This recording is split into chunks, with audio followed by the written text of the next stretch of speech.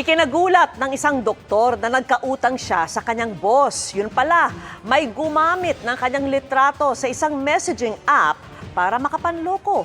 Yan po ang tinutukan ni Rafi Tima. Katatapos lang daw mag-usap sa isang social media app ni Doc Gwen at kanyang boss nang makatanggap muli ito ng mensahe sa iba pang messaging app nitong Lunes. Litrato ni Doc Gwen ang gamit ng sender. Nanghihiram daw ito ng pera.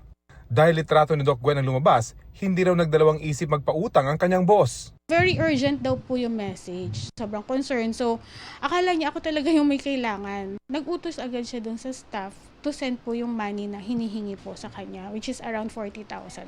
Hindi na raw chinek ng boss na ibang numero ang gamit ng nagpakilalang Doc Gwen. Kinabukasan, muli raw nanghiram ng pera ang umunoy Doc Gwen.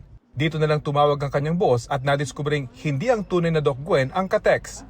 Dahil na-alarma, pinost ni Doc Gwen ang karanasan sa Facebook at ipinadala sa group chat ng mga kapwa-doktor. Marami na din po palang victims na ginagamit po yung pictures po ng doktor. Pero the thing is, iisa lang po yung Viber number at iisa po yung GoTime account. Iisa raw ang modus ng scammer. Sabi emergency din daw po, rush, walang ibang matakbuhan, so naawa agad without thinking, pinadala po agad. And of course po, syempre kami mga doctors, busy. Usually, we don't have the time to double check. Nang tawagan ni Doc Gwen ang numerong gumamit sa kanyang litrato, nadiskubre niyang profile pic ng ibang doktor naman ang gamit ng kawatan.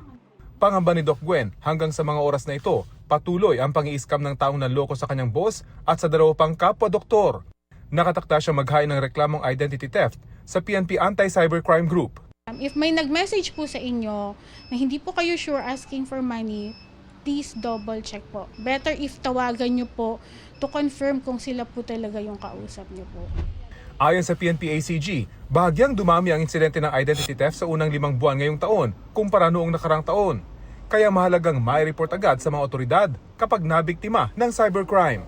It's very important po na dumulog sila sa amin dito para mag-report at sa gayon malaman namin kung anong nangyari po.